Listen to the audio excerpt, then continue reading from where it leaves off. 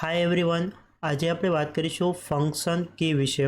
એટલે કે જે કોમ્પ્યુટરના કીબોર્ડની અંદર ફંક્શન કી આવે છે F1 થી F12 સુધી, જેની શોર્ટકટ કી શું છે.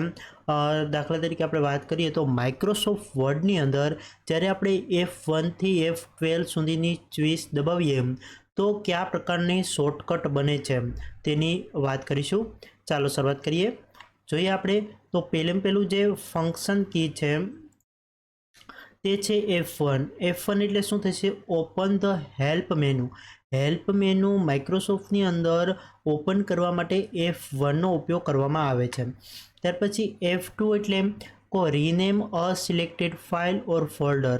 કોઈ પણ ફાઇલ એવી છે કે જેનું આપણે રીનેમ આપવું છે, ફાઇલ હોય કે ફોલ્ડર હોય તેનું રીનેમ આપવું છે, તો તેના માટે આપણે સિલેક્ટ કરી અને રીનેમ આપવા માટે F2નો ઉપયોગ કરાય છે.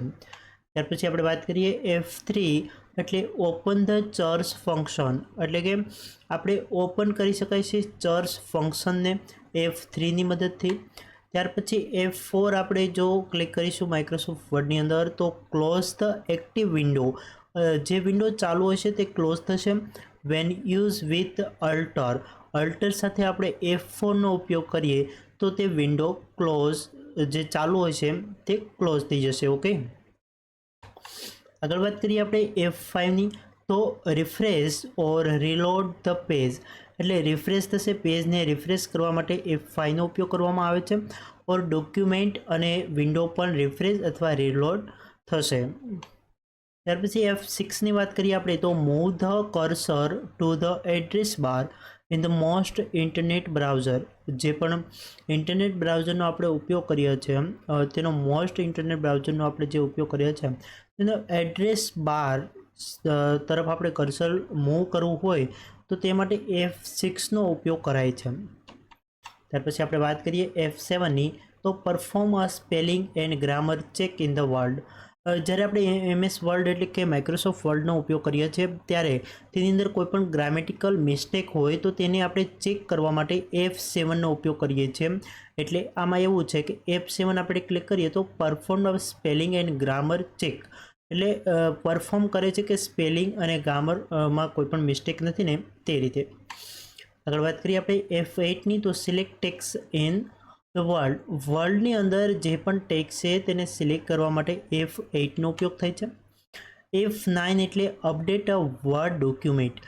જે વર્ડની અંદર આપણે ડોક્યુમેન્ટ ક્રિએટ કર્યું છે તેની અપડેટ્સ કરવા માટે F9નો ઉપયોગ આપણે કરી શકાય છે.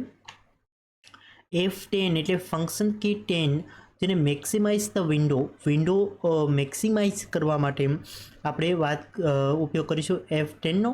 In the Microsoft Word when use with a control. હવે કંટ્રોલની સાથે આપણે F10 દબાવીશું તો મેક્સિમાઇઝ થશે વિન્ડો. ઓકે, શું થશે? વિન્ડો મેક્સિમાઇઝ થશે. કંટ્રોલની સાથે F12. F11ની વાત કરીએ તો activate or deactivate the full screen mode. જ્યારે MS વર્ડની અંદર ફૂલ સ્ક્રીન મોડ હોય ત્યારે તેને એક્ટિવેટ કરવા માટે, જો હોય તો તેને ડીએક્ટિવેટ કરવા માટે, અને ન હોય તો તેને એક્ટિવેટ કરવા માટે F11 એટલે ફંક્શન કી 11નો ઉપયોગ થશે. ત્યાર પછી આપણે વાત કરીએ F12 એટલે open the save as window. આપણે કોઈ પણ ડોક્યુમેન્ટ ક્રિએટ કર્યું છે અને તેને સેવ કરવું છે, સેવ એજ કરવું છે, તો તેના માટે આપણે F12નો ઉપયોગ કરી શકાય છે. Okay, open the save as window. Okay,